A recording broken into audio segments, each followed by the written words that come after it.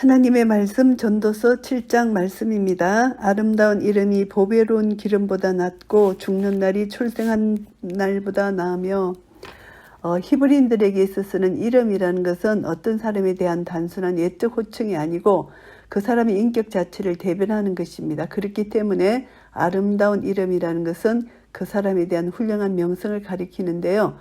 그들은 자신의 이름이 오래도록 기억되는 것을 대단히 명예로운 일로 간주했습니다. 그래서 여기서 보배로운 기름보다 아름다운 이름이 낫다는 이런 말을 하고요. 죽는 날이 출생하는 날보다 낫다는 것은 이 세상에서 좋은 명성을 쌓고 살다가 죽는 것이 어리석고 우매한 가운데 고통과 고난을 당하며 살지도 모르는 삶의 시작의 날보다 낫다는 것입니다. 그래서 삶보다 죽음을 예찬한다는 그런 염세주의가 아니고요. 인간의 모든 삶의 축복의 근원을 하나님께 둔다는 것입니다. 인간의 본분은 하나님을 경외하고 그 계명을 지키는 것으로 우리는 알 수 있잖아요. 그래서 그것을 강조하는 말씀입니다. 그래서 이 세상에서 진정한 명성을 얻는 지혜로운 삶을 강조하는 것으로 볼 수가 있고요. 초상집에 가는 것이 잔치집에 가는 것보다 나으니 모든 사람의 결국이 이와 같이 됨이라 산자가 이것에 유심하리로다. 초상집에 간다는 것은 이제 헛되고 허무하고 쾌락을 즐기면서 사는 것보다 인생에 대해서 보다 진지하고 숙연하게 생각해 함으로써 유익하고 보람된 인생을 보내는 것이 더 낫다는 그런 의미로 여기 쓰여진 것이고요. 슬픔이 웃음보다 나음은 얼굴에 근심함으로 마음이 좋게 됨이니라. 인생에서 보게 되는 숙연한 슬픔은 육체적 쾌락에서 얻어지는 가벼운 웃음과는 다르다는 것이죠. 삶의 궁극적 의미를 생각해 하고 더욱 진지하고 보람된 생을 결단케 하기 때문에 더 좋다는 것을 여기서 말씀합니다. 지혜자의 마음은 초상집에 있으되 우매자의 마음은 연락하는 집에 있느니라. 지혜자는 삶의 의미와 목표를 늘 진지하게 상고하는 반면에 우매자의 마음은 연락하는 집에 있기 때문에 단순히 순간순간 육체적 쾌락만을 즐기고 웃음을 추구한다는 그런 뜻이고요. 사람이 지혜자의 책망을 듣는 것이 우매자의 노래를 듣는 것보다 나으니라. 책망을 들을 당시에는 감정을 상하게 하는 것처럼 느껴지고 그렇지만 결국에는 잘못되고 우매한 길을 벗어나서 지혜로운 길로 갈 수 있도록 해주는 것입니다. 그런데 우매자의 노래소리는 들을 때 기쁜 것 같지만 상쾌한 것 같지만 결국은 일시적 육체적 쾌락 속에서 헛되고 허무하게 살아가게 된다. 이것을 말씀하는 것이고요. 우매자의 웃음소리는 손 밑에서 가시나무에 타는 소리 같으니 이것도 헛되니라. 가시나무는 쉽고 빠르게 탑니다.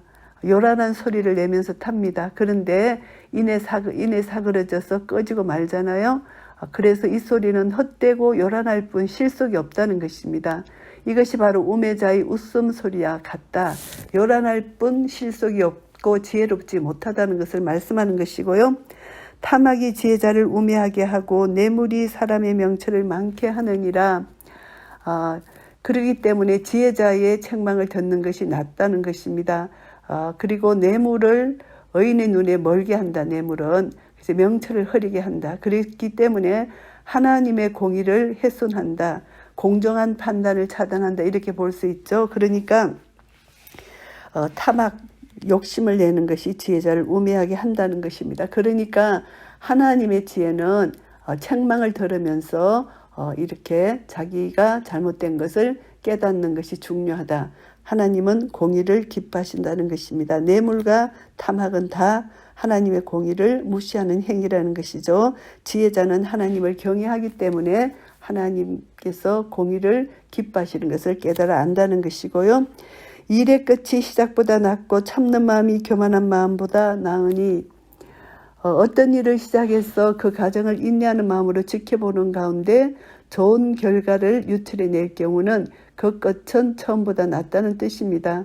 어떤 일을 끝까지 마감하는 것이 시작만 거창하게 하고서 중도에 그만두는 것보다 낫다는 것입니다. 그래서 마태복음 10장 22절 말씀에 나중까지 견디는 자는 구원을 얻으리라 이렇게 말씀하셨잖아요. 급한 마음으로 노를 바라지 말라. 노는 우매자의 품에 머무름이니라. 급한 마음은 성급히 화를 내는 것입니다. 그래서 인격에 대한 통제를 잃어버리는 것인데 이것은 결국 죄악을 낳고 만다 이런 뜻입니다. 옛날이 오늘보다 나은 것이 어쩌미냐 하지 말라. 이렇게 묻는 것이 지혜가 아니니라. 주어진 현실을 감당해야 될 현실을 이제 도외시하고 지나간 시절만 생각하는 나약하고 어리석은 삶의 태도를 책망하는 말씀입니다. 그래서 일을 시작했던 옛날이 일을 결과를 낸 오늘보다 낫다고 하는 것은 결코 좋은 결과를 유출해내지 못한다는 것이죠. 이것은 지혜가 아니라는 그런 뜻이고요. 지혜는 유혹같이 아름답고 햇빛을 보는 자에게 유익하도다. 지혜의 유익성과 보배로움을 언급한 말씀입니다. 이 지혜는 하나님의 지혜, 신앙에 의해 얻어지는 신성한 지혜를 말한다고 볼 수가 있습니다. 지혜도 보호되는 것이 되고 돈도 보호하는 것이 되나 지식이 더욱 아름다움은 지혜는 지혜 얻는 자의 생명을 보존함이니라. 지혜는 하나님으로부터 물려받은 땅이나 부모로부터 물려받은 재산처럼 귀하다. 이것을 우리가 생각할 수가 있습니다. 지혜는 그 자체로도 귀하고 빛나지만 재산과 함께 있을 때 더 빛난다 이렇게 생각할 수도 있는 것이고요. 지혜도 보호되는 것이 되고 돈도 보호되는 것이 되나 지식이 더욱 아름다움은 지혜는 지혜 얻는 자의 생명을 보존함이니라. 하나님께서 주시는 지혜, 하나님을 경외하고 신앙함으로 얻어지는 지혜는 인간으로 하여금 어리석고 멸망의 길로 가는 것을 막아주고 오히려 의와 생명의 길로 인도해 준다는 것을 알게 됩니다. 하나님의 행하시는 일을 보라. 하나님이 굳게 하신 것을 누가 능히 곧게 하겠느냐. 하나님께서는 이 세상의 모든 일들을 작정하시고 주관하시고 통치하시고 계십니다. 그런데 사람들은 성급해서 인내하지 못하는 자세로 하나님의 역사하시는 일에 대항하거나 거역하지 말고 순응해야 된다는 것을 말씀하는 것이고요. 형통한 날에는 기뻐하고 곤고한 날에는 생각하라.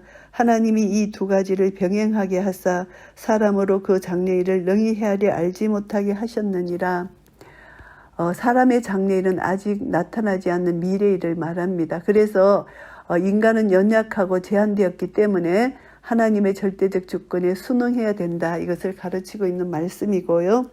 내가 내 헛된 날에 이 모든 일을 본즉 자기의 의로운 중에서 멸망하는 의인이 있고 자기의 악행 중에서 장수하는 악인이 있으니 지나친 의, 이것은 무모한 자기의입니다. 그래서 자신의 의를 자랑하려 하는 자들에 대한 역설적 경고라고 볼 수가 있는데요. 하나님을 떠난 그 자체로서 인생이 험하고 무상하다는 것을 말씀합니다. 그래서 하나님을 떠났던 그 기간을 솔로몬이 아마 상기하면서 말한 것일 수 있다고 볼 수가 있고요. 지나치게 의인이 되지 말며 지나치게 지혜자도 되지 말라. 어찌하여 스스로 패만케 하겠느냐. 지나치게 의를 추구하다가 자랑하다가 결국은 어리석은 삶을 살게 된다. 이것을 말씀하는 것이고요.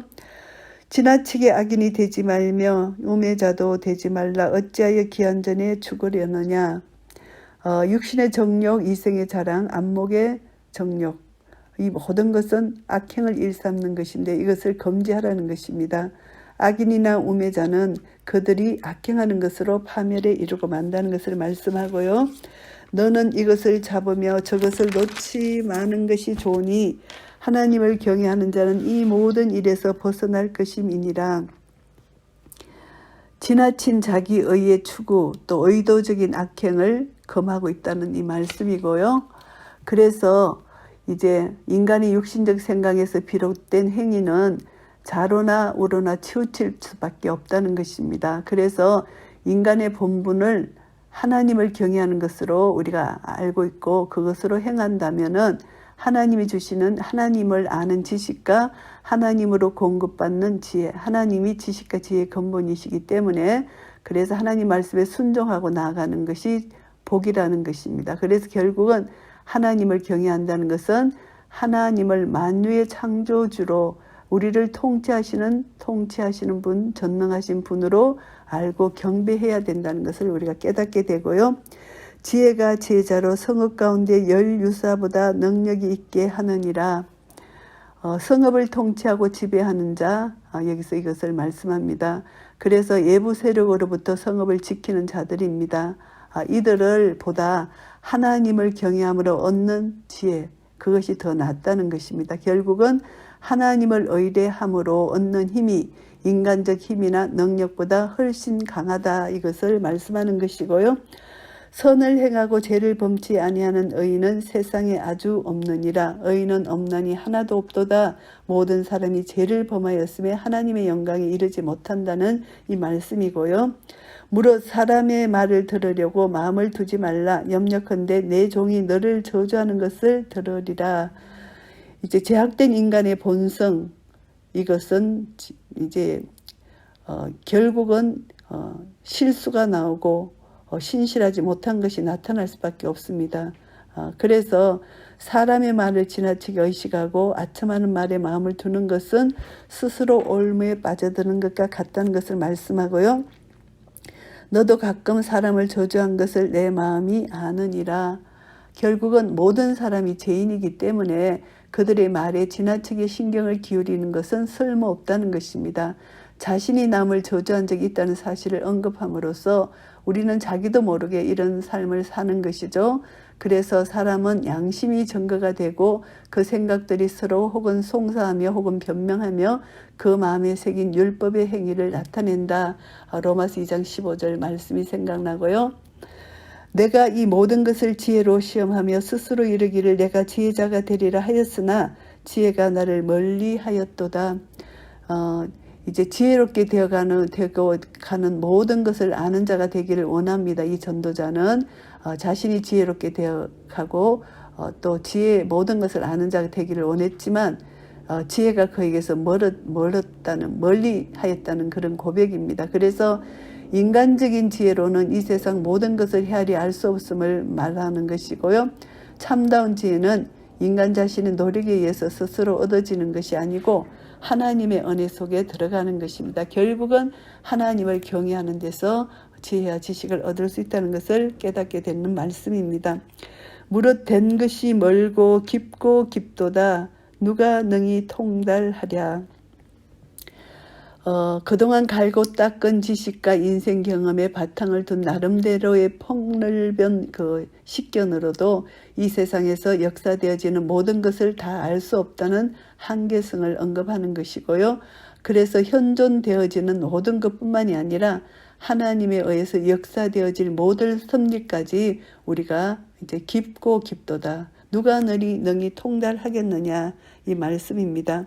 내가 돌이켜 전심으로 지혜와 명철을 살피고 궁구하여 악한 것이 어리석은 것이요 어리석은 것이 미친 것인 줄을 알고자 하였더니, 인간의 지혜의 한계성을 고백합니다. 그래서 이렇게 돌이켜보면은 인간의 완악한 본성을 살펴보면은 똑같다는 거죠. 그래서 이것은 우리가 아무리 이렇게 전심으로 우리가 돌이켜 지혜와 명철을 살펴도 이것은 악한 것이고 어리석은 것이고 미친 것이다, 이렇게 결론을 내립니다.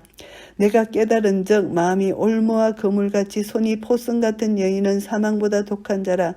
하나님을 기뻐하는 자는 저를 피하려니와 죄인은 저에게 잡히리로다. 악한 여인을 대표적으로 선정했고 이러한 여인의 올무로부터 벗어날 수 있는 길은 오직 하나님을 기뻐하는 것, 하나님을 경외하는 것으로 우리는 벗어날 수 있다. 이것을 가르쳐주는 말씀이고요. 전도자가 가로되 내가 낱낱이 살펴 그 이치를 궁구하여 이것을 깨달았노라. 이제 전도자가 깨달은 바를 감탄하면서 선포하고 있는 말씀입니다. 내 마음에 찾아도 아직 얻지 못한 것이 이것이라. 1천 남자 중에서 하나를 얻었거니와 1천 여인 중에서는 하나도 얻지 못하였느니라. 하나님의 지혜를 얻는 것, 진정 하나님을 기쁘시게 하는 것은 남자보다 여자 가운데서 더 찾기가 어렵다는 것입니다. 그래서 인류 역사에서 최초로 타락한 자가 남자 아닌 여자 이브였잖아요. 그래서 이것을 보면서 그래서 여자 중에는 더 찾기가 어렵다. 나의 깨달은 것이 이것이라. 곧 하나님이 사람을 정직하게 지으셨으나 사람은 많은 깨를 낸 것이니라. 정직하게 하나님이 지으셨지만 인간이 죄로 인하여 그래서 하나님의 말씀을 불순종했기 때문에 인간은 사탄의 종노릇을 한 사람으로 되는 것이죠. 그래서 아담 안에서 정죄된 인간들이 일생 동안 의롭지 못한 일을 사는 것입니다. 그런 삶을 사는 것입니다. 인간 부패의 근본 원인이 바로 죄에 있다는 것입니다.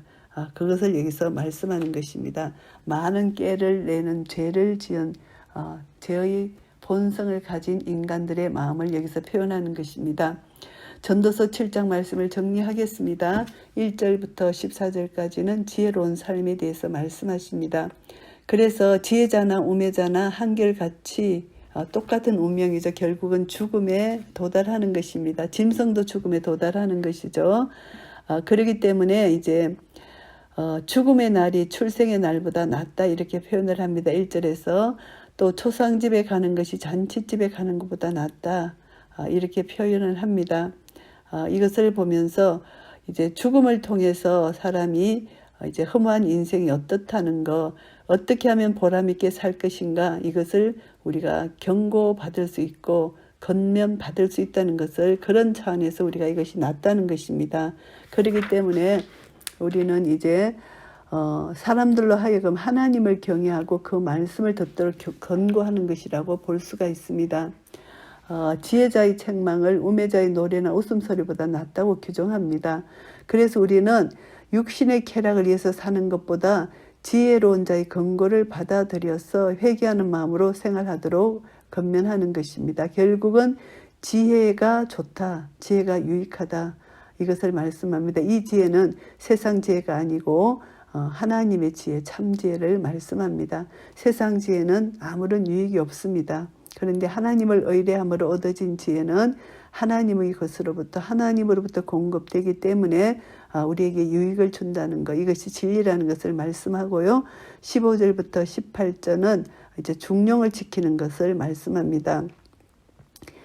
해 아래 제약된 세상에서 존재하는 모든 것은 허무하다 이렇게 말씀하십니다. 왜냐하면 인간은 자기 의를 추구하기 때문이라는 것입니다. 그래서 하나님을 경외하는 것만이 지혜로운 삶이다. 하나님을 경외하는 것 오직 믿음으로 어렵게 된다고 말씀하십니다. 우리는 아담과 하와의 죄로 인하여 죄로 오염된 전적 부패한 마음을 갖고 있다는 것입니다. 그래서 하나님으로부터 공급되는 지혜와 지식으로 말미암아 우리는 구원에 이를 수 있고 믿음의 삶을 살 수가 있다. 결국은 하나님 말씀 따라 순종하는 길만이 사는 길이다, 생명의 길이라는 것을 알게 되고요. 19절부터 29절까지는 진정한 지혜에 대해서 우리가 자각을 해야 된다는 말씀입니다.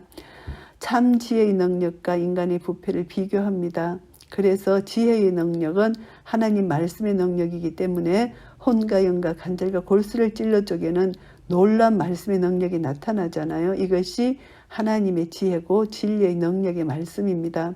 그래서 인간은 전적으로 부패했기 때문에 우리는 이 하나님의 지혜로 살지 않으면 안 된다. 이것을 말씀하는 것입니다. 하나님께서 주신 선물, 하나님의 말씀, 그 말씀을 따라 순종하고 하나님을 경외하고 믿음을 가지고 사는 것이 지혜로운 자의 삶이라는 것입니다.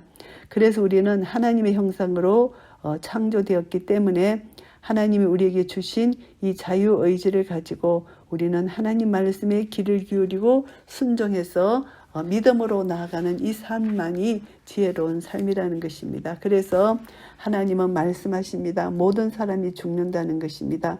죽음 뒤에는 심판이 있다는 것입니다. 그래서 우리는 천국을 소망하면서 살아가야 됩니다. 그래서 잔치집의 마음을 빼앗기는 것이 아니라 초상집의 마음을 둔다는 것은 언젠가 죽을 날을 생각하면서 이제 종말론적 삶을 살면서 이 땅에 사는 동안 준비된 삶, 내가 얼마나 하나님 말씀을 순종하고 하나님을 경외하고 지혜로운 자의 삶을 살고 있는지 자기 자신을 돌아볼 수 있는 그런 은혜가 주어진다는 것이죠. 그래서 인간은 분명히 자신의 한계를 인식해야 되고 그 한계를 인식하고 하나님의 말씀 따라 교훈을 받아서 악에서 떠나는 삶을 살아야 되고 내가 거룩하니 너희도 거룩하라, 거룩한 삶을 살아야 된다는 것입니다. 그래서 하나님을 사랑하고 이웃을 내 몸과 같이 사랑하는 이런 삶을 살아라고 하나님이 말씀해 주셨습니다. 결국은 우리는 생명의 길, 진리의 길을 가게 될 때 하나님은 우리를 통해서 영광을 받으실 것입니다. 이런 은혜가 우리 모두에게 있으시기를 예수 그리스도 이름으로 축복합니다. 아멘.